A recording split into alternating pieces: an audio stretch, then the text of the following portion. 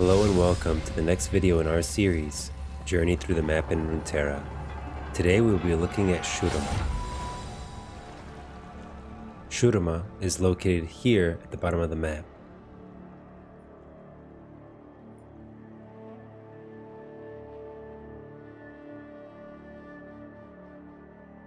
The Empire of Shurima was once a thriving civilization that spanned an entire continent. Forged in a bygone age by the mighty god warriors of the Ascended Host, it united all the disparate people of the south and enforced a lasting peace between them. Few dared to rebel. Those that did, like the accursed nation of Akthia, were crushed without mercy. However, after several thousand years of growth and prosperity, the failed ascension of Shurima's last emperor left the capital in ruins, and tales of empire's former glory became little more than myth. Now, most of the nomadic inhabitants of Shurima's deserts eke out a meager existence from the unforgiving land. Some have built small outposts to defend the few oases, while others delve into long-lost catacombs in search of the untold riches that must surely lay buried there. There are also those who live as mercenaries, taking coin for their service before disappearing back into the lawless wastelands. Still, a handful dare to dream of a return to the old ways. Indeed, more recently the tribes have stirred by whispers from the heart of the desert that their emperor, Azir, has returned to lead them into a new wondrous age. Now I'm going to do a quick run through of the champions of Shurima, those you might find should you journey there. I'm not going to go into too much detail. There's going to be a separate video for each of these champions because there's a lot of story for each one. Akshan. Raising an eyebrow in the face of danger, Akshan fights evil with dashing charisma, righteous vengeance, and a conspicuous lack of shirts. Amumu. Legend claims that Amumu is a lonely, melancholy soul from the ancient Shurima, roaming the world in search of a friend. Azir. Azir was a mortal emperor of Shurima in a far distant age, a proud man who stood at the cusp of immortality. Nessus.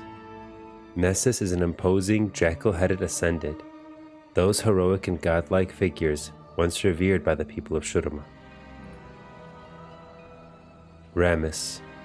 Idolized by many, dismissed by some, mystified by all, the curious being Rammus is an enigma. Renekton. Renekton is a terrifying, rage-fueled ascended warrior from the scorched deserts of Shurima. Rengar. Rengar is a ferocious Vestian trophy hunter who lives for the thrill of tracking down and killing dangerous creatures. Severe. Severe is a renowned mercenary captain who plies her trade in the deserts of Shurima. Skarner. One of the Brackern, Skarner is an immense crystalline scorpion from a hidden valley in Shurima. Talia. Talia is a nomadic mage from Shurima, torn between teenage wonder and adult responsibility.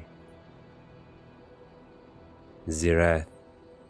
Zirath is an ascended magus of ancient Shurima, a being of arcane energy writhing in the broken shards of a magical sarcophagus. So that's a quick run through of the champions of Shurima.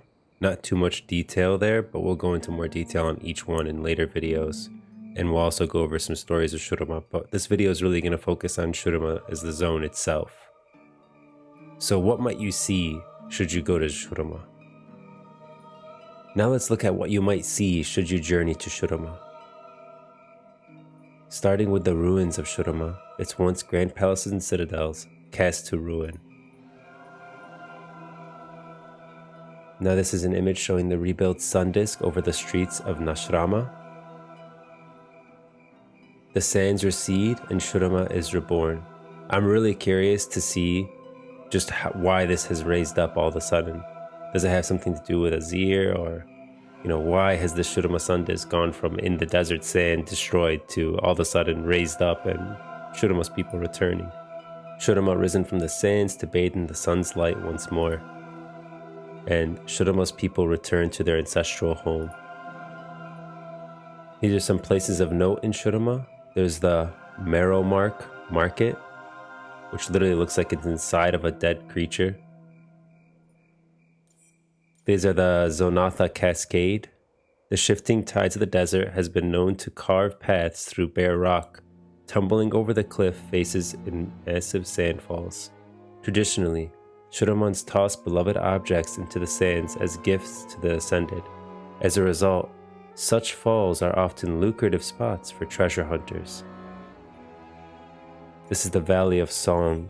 This remote pass takes its name from the disoriented whistling that results when the wind blows hard enough through the hollow rock structures. Many unwary travelers have found themselves at the mercy of the deafened marauders who prowl the valley by night. And let's look also at the people of Shurima. There are the raiders. The raiders of Shurima survive not through trade but through violence. These bands of marauders often attempt to blend into the environment in order to lure unsuspecting travelers into traps before killing them, taking their belongings, and in very rare cases, eating them. The Shakal. These nomadic raiders are known for their agility, using hardened bone braces and polearms to vault towards their victims at terrifying speeds. Dormoon Riders. Dormoon Riders use claw grips to traverse the complex series of ropes that connect the mobile village's dwellings. Once a rider becomes too old or infirm to run the ropes, they are lowered to the ground to live out the rest of their days as a land dweller. Scavengers. Shuriman scavengers live by looting food, valuables, and trade goods.